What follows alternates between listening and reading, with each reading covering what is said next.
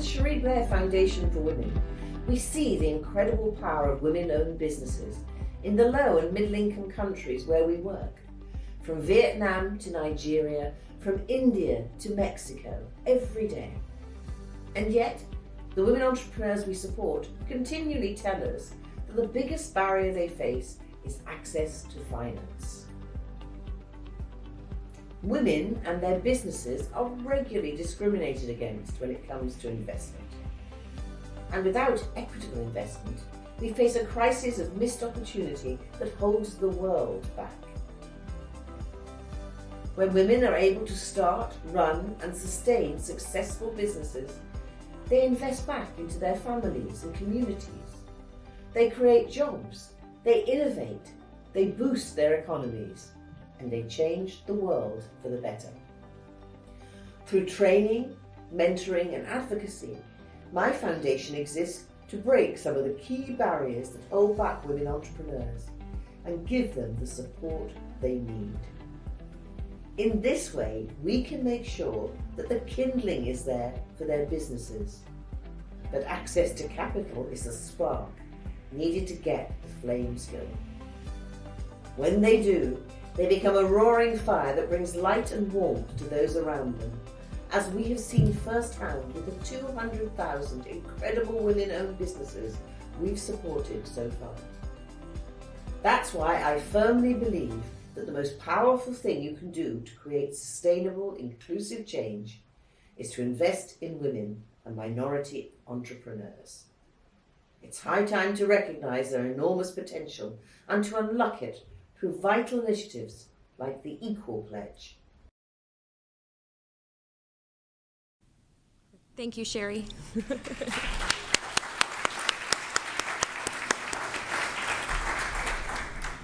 And now to the main course. Supporting the launch of EQL Pledge and also leading the conversation, A Pledge for Change, we have June Sarpong. You may know her work from the BBC in her show called The Pledge, and others may know her as the driving force behind the 50-50 diversity campaign at London Fashion Week.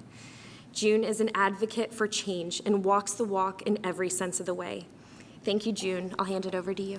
Brilliant. Thank you so much.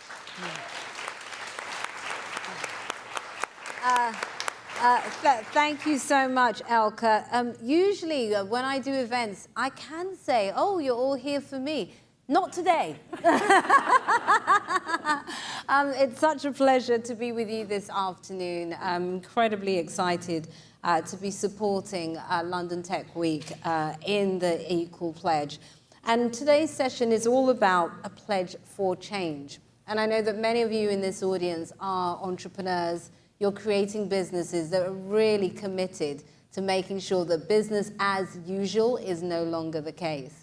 So I think you're going to be uplifted, inspired, and motivated by today's conversation.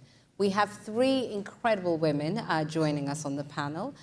Next to me, we have the wonderful Dame Vivian Hunt from McKinsey & Co. Next to her, we have Secretary Hillary Rodham Clinton, who's flown in from the States to be with us. And then at the other end, Anne Glover from Amadeus Capital. So what we're going to be talking about today is really about the nuts and bolts, how we ensure that change actually becomes a reality. And as Elka said in her discussion, mentorship is great, sponsorship is even better, but you know what really helps? Funding. So we want to get to the core of how we unlock capital for many diverse entrepreneurs who have phenomenal ideas and just need the support in order to make those ideas a reality. So if I may start with you first, Secretary Clinton, for an overview in terms of we are particularly in relation to gender first, before we go into the main discussion. We know that personal rights are being revoked for women. There are baby formula shortages all over the world. Progress for women and their allies, and the progress that we have fought so hard for seems to be in peril. What must this generation do to empower the next and to ensure that we don't go backwards? Well, June, thank you for that question, the overview question, in order to put the conversation about funding and what it will mean to fulfill the Equal Pledge into context. And sadly, I think the premise of the question is all too accurate. There has been a very obvious and worrisome pushback on women, and not only on personal rights, as we're seeing in my own country, but more generally, a kind of backlash about the advancement of women and minorities and others who have been slowly, all too slowly, advancing, breaking through barriers, and realizing their own dreams, and by doing so, bringing the rest of not just the economy, but society along. And so what must we do? We must do things like this, number one. We must also show more solidarity for one another. We must use every tool at our disposal, whether we're in corporations or whether we're in politics and public policy or in the not-for-profit sector. This has to remain a very high priority, because when you're facing backlash of a very organized type, as we are right now in the United States, but more internationally as well, you have to have a sense of mission and persistence. You know, the pandemic set back a lot of things in the economy and society. We're slowly but surely sort of digging our way out. But it had a disproportionate impact on women and girls, and particularly more marginalized, poorer women in places that can ill afford the setbacks that we have seen. So, number one, make this a priority. Be part of groups like Equal Her and Equal Pledge, thanks to Pitch.com and others who see this as an important priority economically. And let's be clear, you know, sometimes the economy is the tip of the spear. If you can get more unrepresented people into positions of economic authority and power, and they're willing then not to pull the ladder up behind them, but to continue to support others to assume their rightful place in the economy, that will change politics, and it will change society.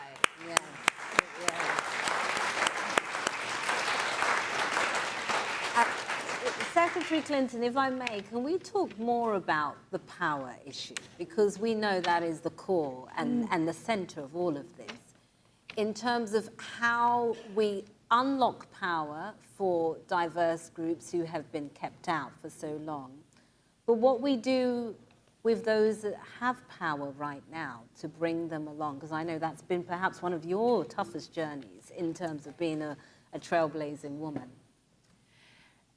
Well, number one, you have to accept that power is not given away. No. Power is either taken or it is redefined, and then people are able to see it in a different light. And it has a quality that attracts others who might not have been welcome or feel that they belonged.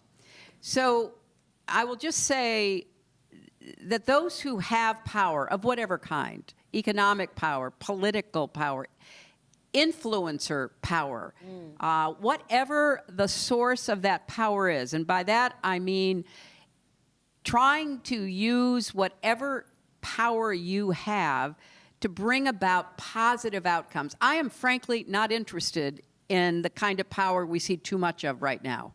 I am not interested in power that tries to turn the clock back on people. I am just appalled at power that invades other countries, that creates massive refugee flows, that has no regard for human rights or for any rule of law or any kind of acceptable social norm. That's not the kind of power that I at all respect. But I respect many different kinds of power where people use it to create more opportunities for themselves and others. And business is one of the clearest paths for doing that.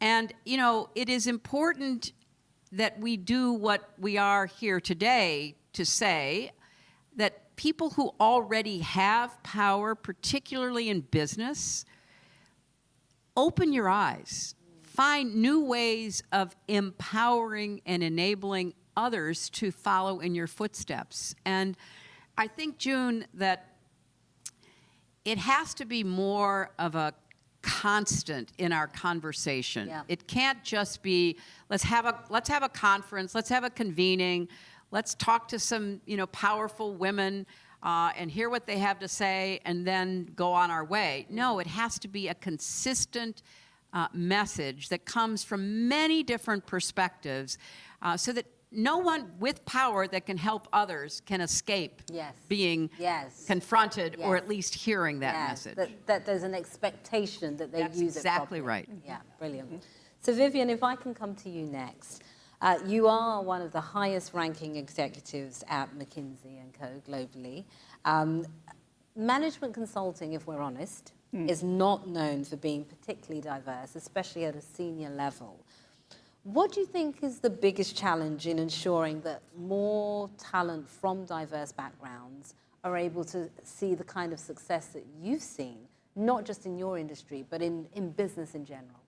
Well, I do think that anyone who is aspiring to start a business, as many of the entrepreneurs at London Tech Week, many of the people in this room hope to do, or if you already own and run a business that's scaled, Informa, who's hosting us today, Pitch.com, McKinsey & Company, any of our clients, you have a responsibility to look at the data and evidence.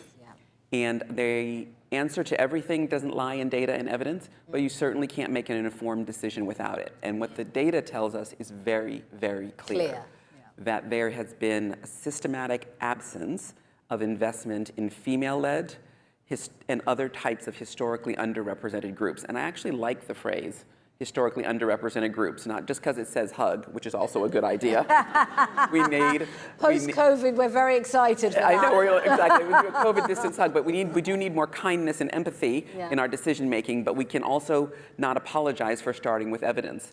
And the data and analytics that businesses like the ones we start at through London Tech Week will give us show a very conclusive evidence-based picture, which is there is a marked absence of conscious investment in female-led as well as businesses led by other historically underrepresented groups. And you can define historically underrepresented any way you want to. Let's start with women, who aren't really underrepresented at 51% of the population, but historically they haven't received the capital and funding. Only 5% of seed VC funding in the UK goes to all-female teams. That's unbelievable. And we know how many great ideas and initiatives females have, but they're missing from teams and they're missing from startup funding. And for ethnic minorities, Black and Asian heritage, it's less than 1%. So if you only get 1% of the capital, how much of the equity, how much of the growth, how much ownership do you think you're going to have? So there has to be a very conscious decision to reallocate resources. We know the most successful businesses are not only more diverse, with more gender and ethnic representation, but they also reallocate capital. They're active with their capital. They don't make the same decisions or the same mistakes year on year. So the VCs that will win are the ones who will allocate and allocate more capital to the businesses that are growing, that are more representative of demographics, that can get to a global audience. All kinds of evidence points in the same direction. And so I just think businesses have to look at their own pipelines, their own evidence-based, and the data that we can provide that really is just very conclusive. And we need to not apologize for the fact that the data and analytics are actually on our side in this case. 100%. And actually, that brings me on to my next question, because when it comes to the data, in terms of historically underrepresented groups, the work that you and your team has been doing is leading the way globally. So can you talk to that? Can you speak to some of the data that you've seen?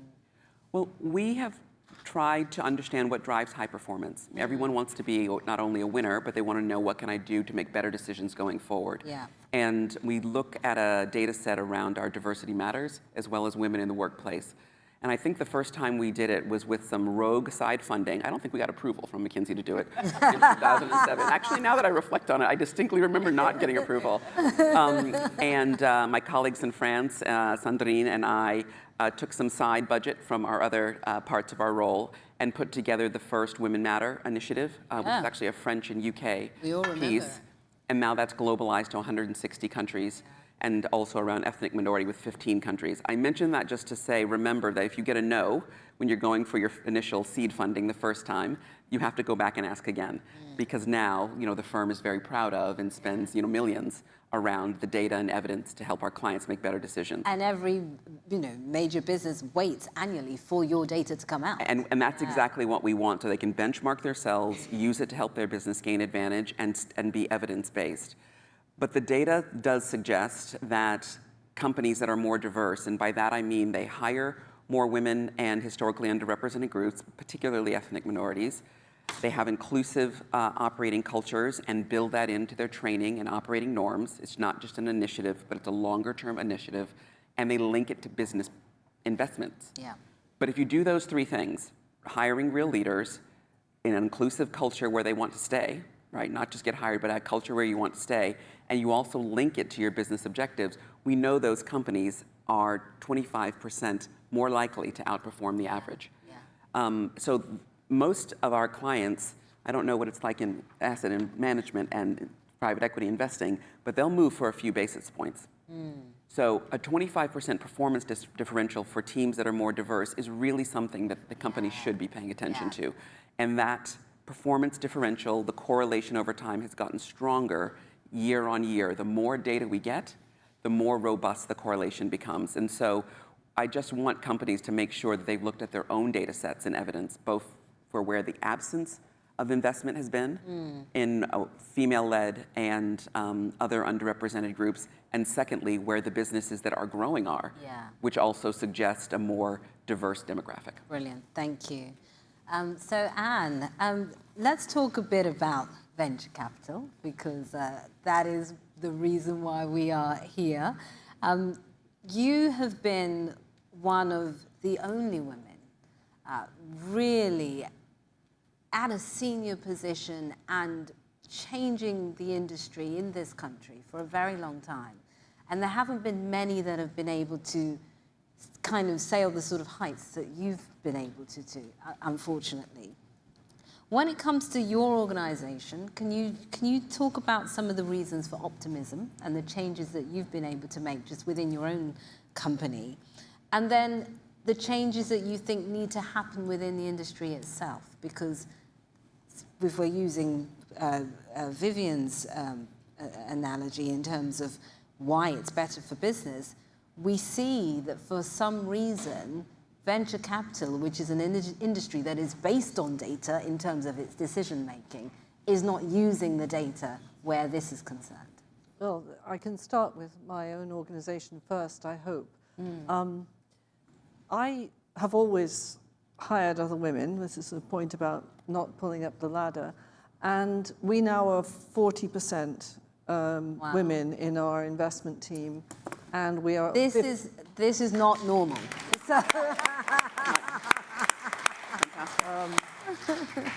And we are 55% overall, which is because, but that's great. But the key for us has been welcoming diversity of all kinds.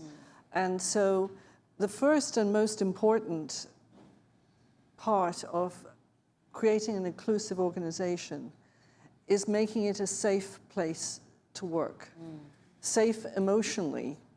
And unfortunately, finance in general as an industry is not a safe place to work. No. It's a place where points are scored, where elbows are sharp, and the people who look as if they're going to get ahead are the ones who are manipulative. I think we have created a culture of openness and transparency and support, which does not mean it is soft, let me tell you. It is extremely tough, but it is safe. And that's a really important message. And it's a trusted organization in the marketplace. We are good partners with other co-investors. Entrepreneurs know that we treat them fairly, even if we're tough. And the consequence is that we get the best entrepreneurs wanting to do business with us. And because we get the best entrepreneurs wanting to do business with us, we get the best candidates wanting to work for us. It's like a magnet. You get the magnet going, and then you get all of this positive feedback. And I'm really excited for the future because we've done it with gender to a point. We're still working on it. And we've only recently started doing it on other underrepresented groups. And we've always done it sort of casually. But we're now doing it in a much more purposeful way. So, for example, we will only take interns, summer students, who are from a diverse background. It's a choice. The intern is a way of gaining experience in our industry, and we've just made a choice that we don't have to hire the best. We just have to hire the best from a diverse pool. Because what we're doing is we're creating a group of people who will always remember and will come back into our industry. The other part is to hire people, and I've hired people, women in particular, who've moved on in their careers and populated other firms. So the other aspect is not to be proprietary and jealous about your organization. We're actually quite small, and we intend to stay small, actually, because that's what you do in VC. You're small but powerful. But you train people, and then you encourage them to move on to other competitors or other countries. And so I've got women who've worked for me who are now leading major corporations in Chile and in Germany, and they started with me when they were just coming out of business school. So I think that's the way we've dealt with it in the organization. We've still got a place to go, and as one of my other women partners tells me, there is another aspect to it, which is who the guys are. And Amelia, she says to me, says, "Oh, the guys here, they'll be really happy with all the women. They wouldn't work for you if they were misogynists." and so there's sort of a screening out of guys who wouldn't tolerate female leadership.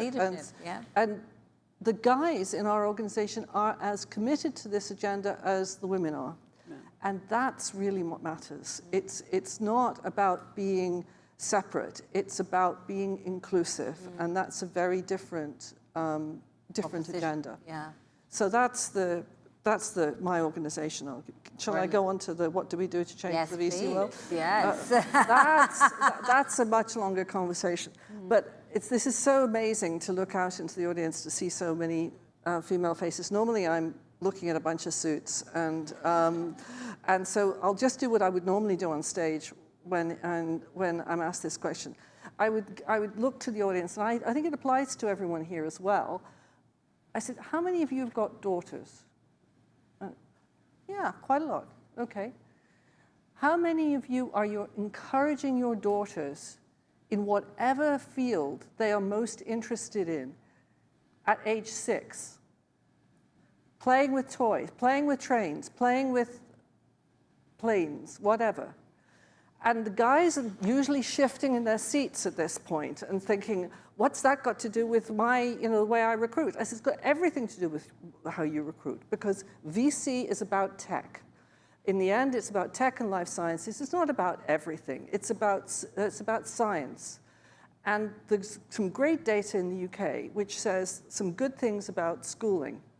If you go through high school here, girls are about 50-50 in all the science subjects through to about age 18. When you get to university, it drops. Physical sciences, mathematics, computer sciences are down to the 25%. It's just like a cliff. And the second part is within that group of the 25% that are studying the sciences, only 13% are doing engineering and computing. And that 13% is the same percentage that goes into founding companies and into VCs. And so unless we get women interested early in the sciences and engineering, that won't change. And so for the industry, that's what needs to happen. And there's a very interesting statistic that I may have got from your work, I'm not sure, because we quote you quite a lot, which is if it's 13% today interested in computer science, in 1960, how many women were doing computer science, more or less? More. Let's say it's more or less. More. It was much more. 37%. Yeah. And that's because it was a new field and a new industry, and there was no prejudice already there. There are many new fields coming up that we can build on. Genomics, quantum computing, you name it. Those are the fields that are wide open and women can excel. And we are supporting some truly exceptional female CEOs in these fields who have come up through academia. And it'll take another 5 or 10 years, but they'll become the role models of the next generation. So for the industry to change, we've got to go back to school. Yeah, brilliant. Thank you. Thank you so much, Anne. Secretary, yes.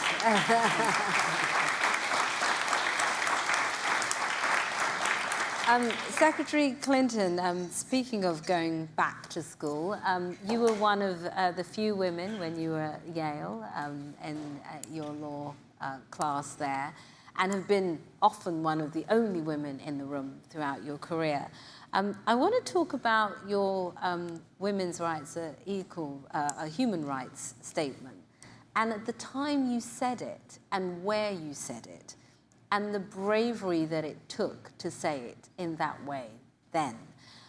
Can you talk about what that means today and what you wanted to achieve in saying it at the time, and are we there? Well, obviously we're not.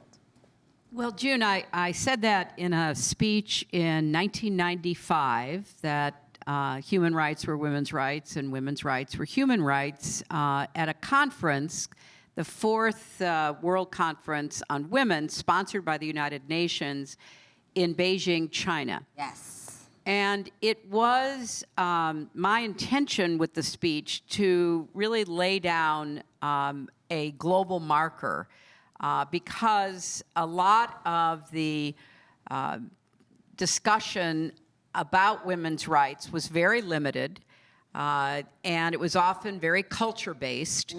And our goal, mine and those with whom I was working from not just the United States, but a number of other countries, was to elevate the whole idea of women's rights and to move it into what we considered to be both the future and the next level. So in addition to the speech, there was an amazing document that was agreed to by every country there, because that's how the UN works. Yep. And it was called the Platform for Action, and 189 countries signed up to it. And it remains the most agreed to document trying to define the various aspects of women's full participation in society to this day. Wow. And there has been a lot of progress. I mean, very obvious things like women in many countries could not inherit property from their husbands or their fathers. Women in many settings, in most countries where domestic violence occurred, that was not considered a crime. That was just to be lived with, endured, accepted. And the Platform for Action, basically said it's not cultural, it's criminal.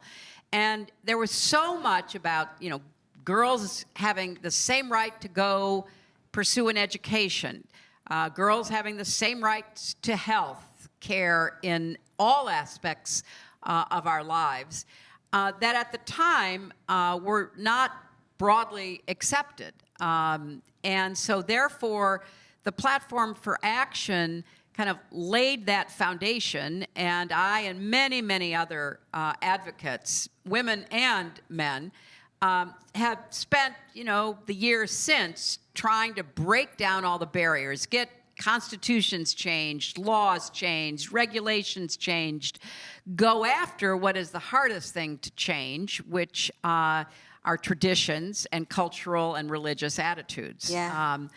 And not to get discouraged in the face of the kind of pushback that I mentioned earlier. I just want to quickly say, because what both Vivian and Anne said was so critically important, evidence and facts prove the case, as Vivian knows better than anybody. What do you do when people want to live in a post-fact world? Yes. What do you do when they take this data and analytics, which shows that diversity not only leads to more inclusive, effective decision-making, but I think, Vivian, also to more productivity and profitability. Yep. So what do you do when people still resist that because it runs counter to their cultural biases, to their lived, learned, inherited experience? And it does go back, Anne, to schooling and to get families to see, you know, their daughters in the same way that they see their sons in terms of what the potential might be. So I think in today's climate, we are actually having to fight against this post-fact world that some are trying to create, where facts and evidence are not as important as prejudice and ideology and expectation that is already baked in. And I'll just end by saying that one thing that's happening in some companies in the United States, contrary to the facts and evidence, is they are resisting gender inclusivity and training, racial inclusivity and training. They're acting as though that is somehow not part of their purview, despite the facts and the evidence. So, yes, we've changed laws in many, many places.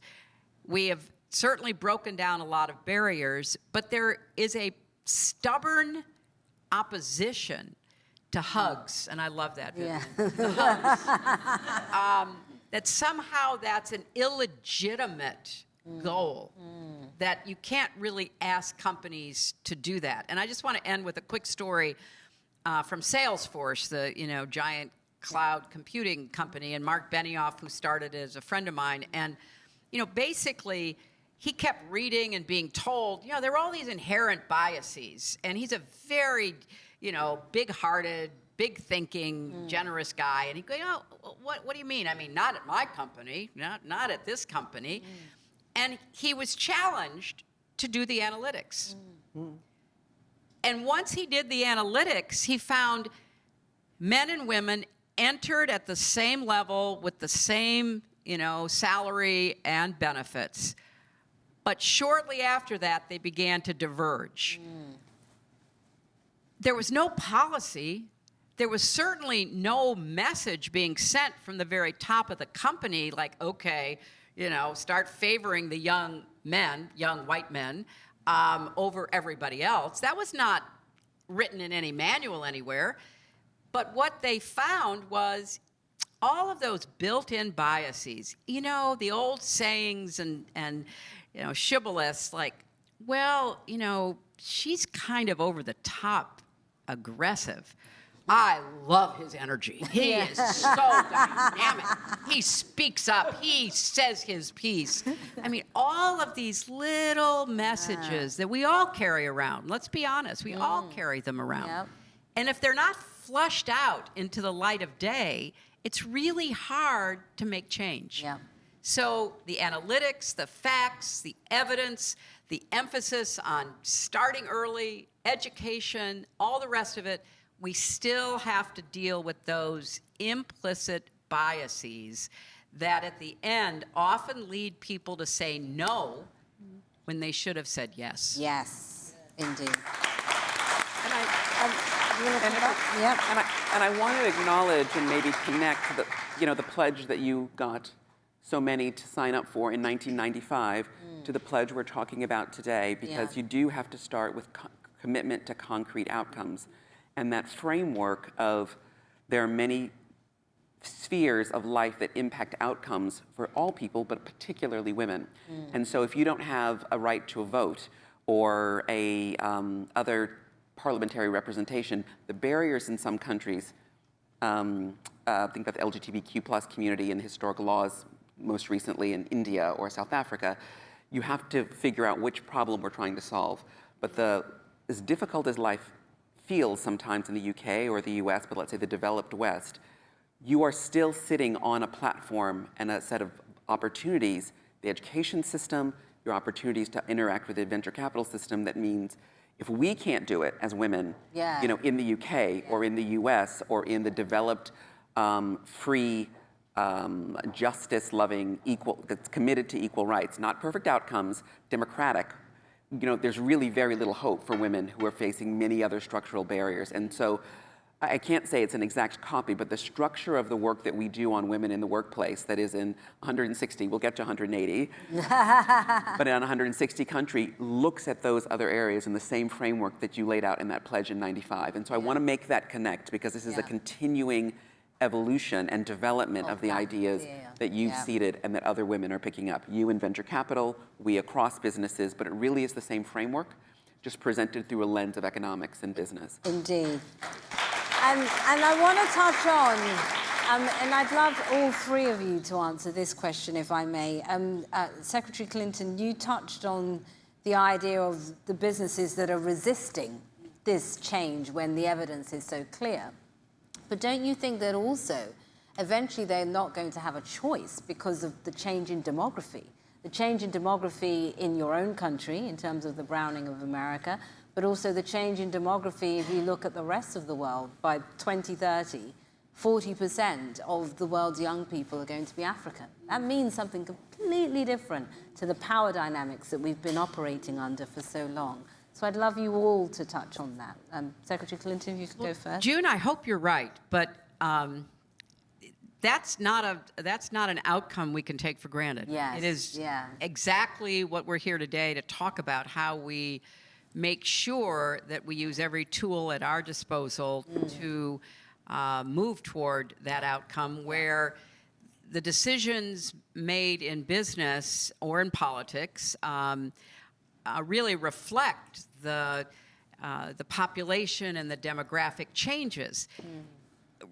And again, I can speak mostly for my own country.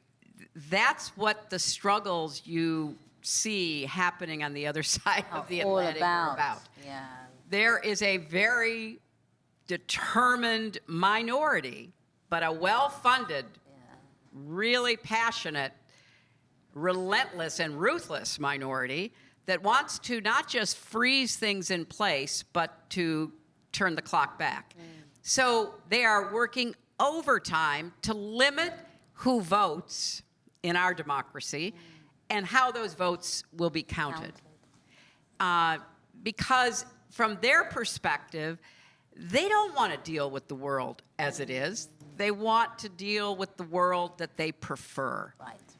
They want to keep going to their gender, racially segregated, clubs and meetings and convenings where the only people that they might see who look like you are sitting up on the platform, not in the, conversations around the, the coffee cup or the cocktail hour.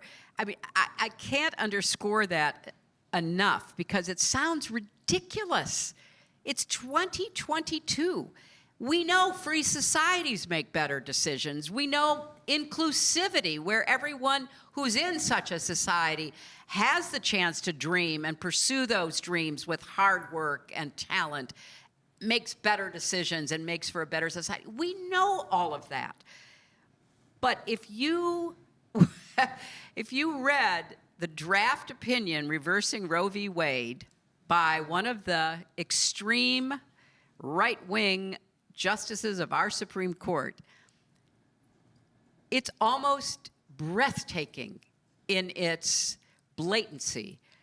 Quoted in the decision is an English jurist from many hundreds of years ago who presided over trials to determine if women were witches who should be burnt. I am not making that up. And Matthew Hale was the name of the jurist. Google him. And he did a lot of other wacky things. And here is an allegedly educated person. I voted against him, by the way. When I was in the Senate, I took one look at this guy and I thought, man, oh man, I'm not participating in that. So this Justice Alito, he is driven by cultural, religious, partisan determinants, and he's results-oriented, and the results are to take away the most personal of rights and the definition of autonomy for women. Now, when you see that, you say to yourself, oh, wow, there's a lot of pushback going on. So the demographics are changing. The world has changed. But the rearguard action, to hang on to a past where this conversation would not have even happened, certainly not with the four of us up on a stage in front of a diverse audience like all of you. So don't be lulled. This is a struggle, and all progress is a struggle, and no political victory is ever secure in the face of a determined minority to undo it. So that's why this conversation is so timely. So timely. Thank you. So, if I could touch on what a change in demography means for you in terms of an investor, what, in terms of the types of companies that you'll be backing and supporting. I don't think it changes. I actually don't think it changes the type of company we're backing. We're always at the forefront. We're always trailblazing. We're always trying to figure out what the new thing is that's going to disrupt industries. So that's our job. But there is something that's really significant going on, which is, ironically, there's a talent shortage. There's a massive talent shortage. And one of the things that we can all do is we can encourage the underrepresented groups to go study the fields and the industries of the future. Because that's how they become really important. And, you know, part of the reason our portfolio companies are all interested in diversity, they're suddenly coming to us and saying, we really think this diversity agenda is really important because we can't recruit software engineers.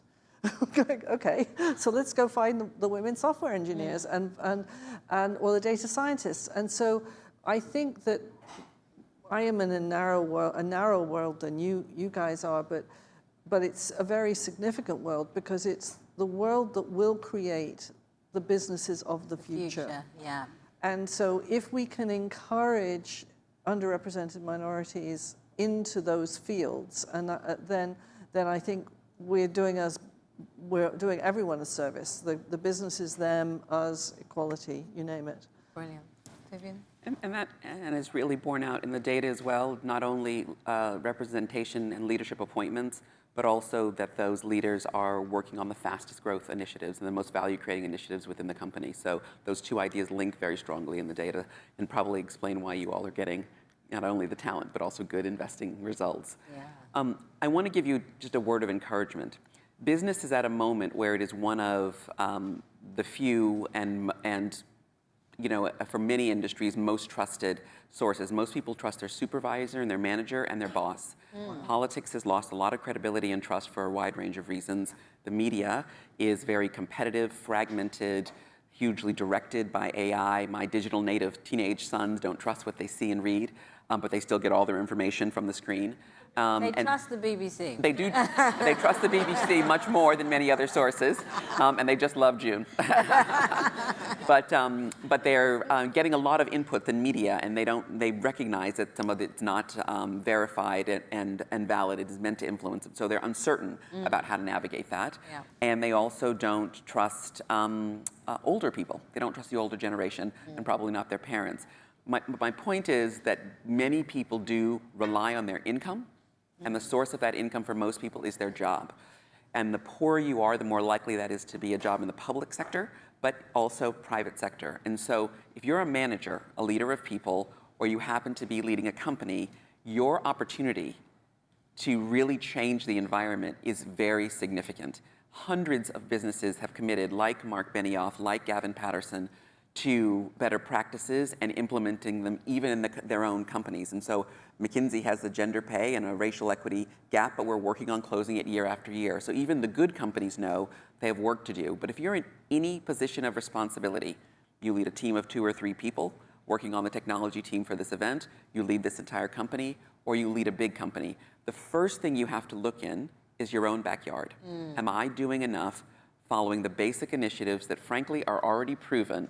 Have I done the top 5 things to ensure a more inclusive and effective environment? And if you don't do anything, make sure you're doing those steps because you can make a difference. The second thing I would say for entrepreneurs, you don't have to have a boss. If the first thing you do coming out of school is start with your roommates or your colleagues and try and start a business, you'll be in faster growth sectors. You won't have to, you can create the environment that you want to work in, and you'll have a significant amount of autonomy. I'm quite sure that we have a lot of great talent at McKinsey and other places, but there's a lot of talent that don't want significant institutions and that do want to start their own businesses. So be really encouraged in that. The worst thing is, like most technology entrepreneurs, you start and you fail. You start and you fail, you start and you fail. And most successful entrepreneurs do that on their second or third business. So I just encourage you to persevere as an entrepreneur. It's where a disproportionate amount of innovation and growth in the economy and society is going to come from.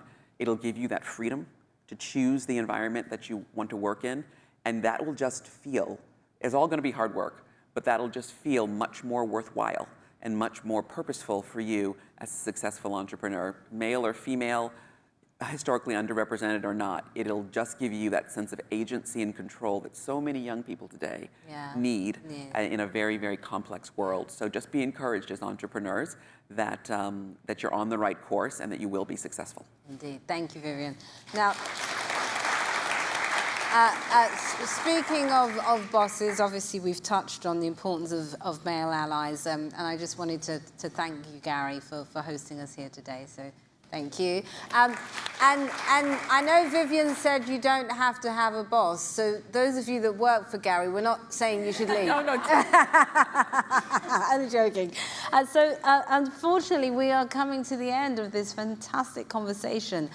So if I may, I'd love you all to talk about why you feel this pledge is important and what you want to see come out of it.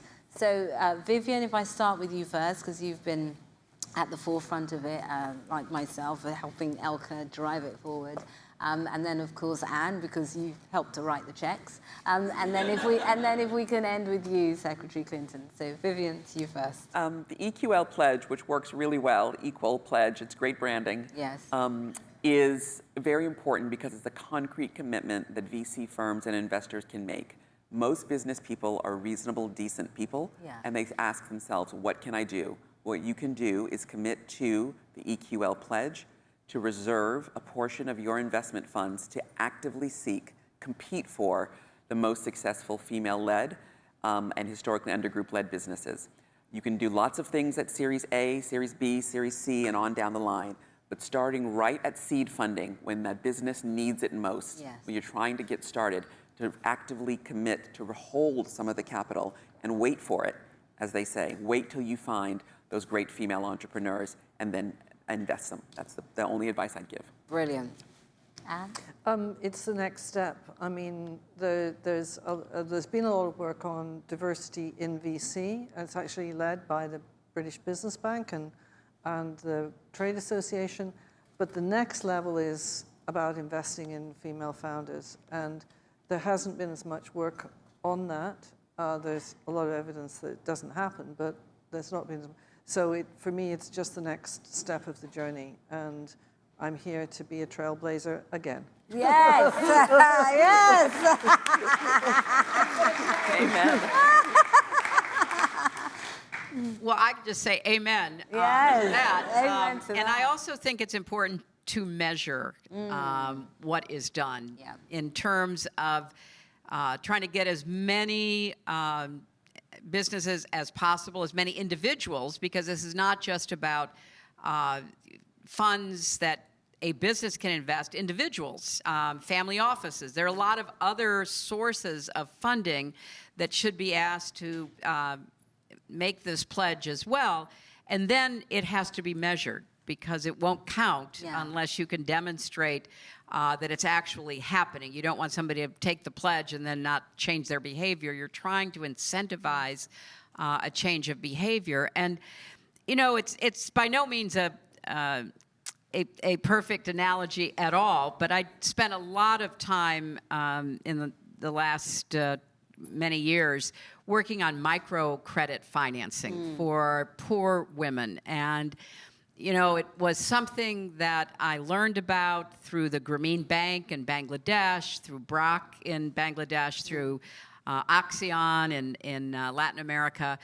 And it was so fascinating to me, because really small loans, and you don't think of like a woman with a market stall in India, or a woman with a car transporting goods in South Africa as an entrepreneur, but she is. She is. She's just very much, you know, at a micro level. Yeah.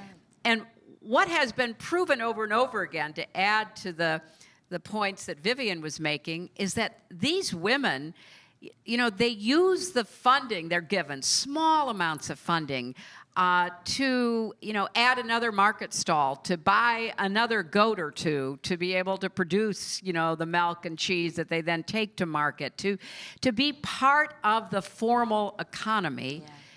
And they pay their loans back. Yes. I mean, the other thing we haven't said is women are good credit risks. Very. If you look generally at across, you know, the economy, from the smallest loans to, you know, significant investments in new companies and startups, women have a great track record. And I was always surprised that more people, again, wouldn't say, oh, women will pay it back. And why did microcredit become primarily focused on women? Because they would pay it back. Yeah. They didn't get diverted with the small amounts they were given, and they would come back and they would cycle it back through their group or their community, and it would make a big difference, because they would make enough money to send their girls to school, something that hadn't happened before. So I guess the message for, you know, the Equal Pledge, the EQL pledge, is that this is good for everybody if we can just get, you know, a critical mass of people to sign up for it and then to start acting on it. And so next year, Elka, you can have a conference where people literally talk about what the pledge meant, how it changed their business, how it changed their perspective, how it influenced a, you know, young entrepreneur. And that's what you want, because those stories we tell ourselves is what eventually changes those negative messages that we have.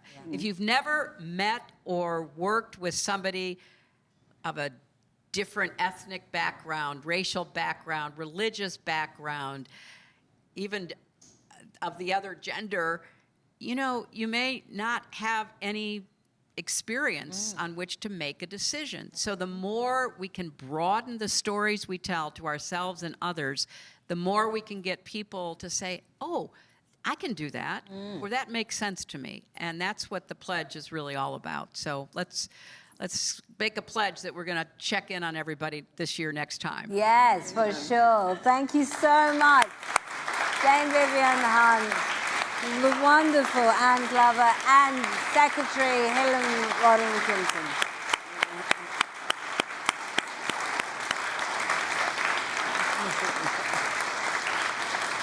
Thank you so much, and thank you.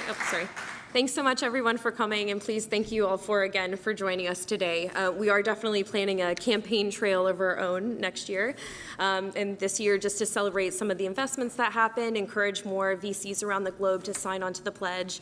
And as a person who's also been told I have too much energy, obviously it works out. So please continue to keep having energy, and thank you, everybody, for coming.